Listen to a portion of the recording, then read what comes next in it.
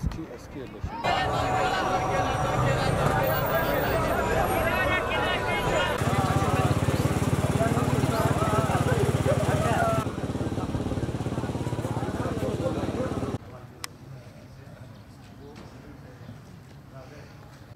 وانا اقول محمد بدلكم عبد السمد سيد قل عبد السمد سيد قل عبد السمد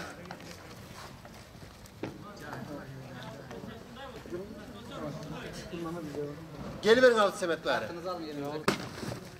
Abdülbasir Mehmet Mehmet Ağa Murat Ağa Mehmet Murat İnşallah cevabı var.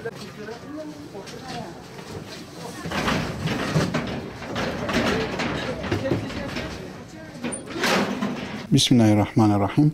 Bizler Umut Kervanı olarak her daim Afganistan'daki kardeşlerimizin yardımına koştuk. Onlarla beraber dayanışma içerisinde olmaya çalıştık. Yardımlarımızı daha da fazlalaştırarak, ziyadeleştirerek oradaki kardeşlerimizin yaralarının sarılması için çalışacağız.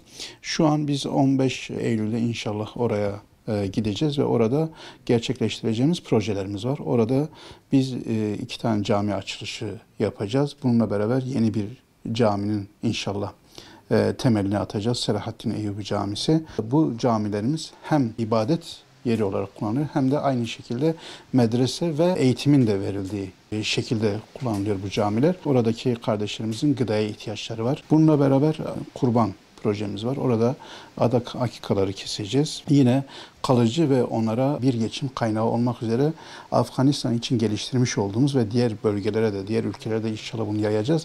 Süt ineği projesi. Bir aileye biz bir süt ineği teslim edeceğiz. Susuzluk zaten orada çok ciddi bir sıkıntı.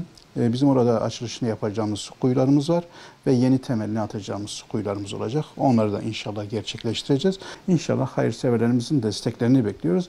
Afganistan'la beraber zaten bu programımızı önceden yapmıştık ama şu an acil yardıma ihtiyaç olan bir deprem ülkesi var.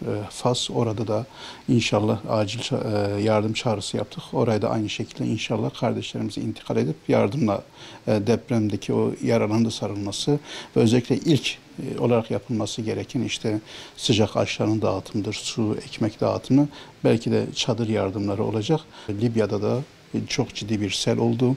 2000'den fazla kardeşimizin vefat ettiği ve on binlerce insanın kaybolduğu bir sani dram var. İnşallah oraya da bizler acil yardım çağrısı yaparak oradaki kardeşlerimizle inşallah yaralarının sarılması için Umut Kervanı olarak elimizden ne geliyorsa inşallah yapacağız. Rabbim hayırseverlerimizden razı olsun. Onlar bizim elimizden tutuyorlar. Bizler de onların o yardımlarını buradaki kardeşlerimize ulaştırıyoruz.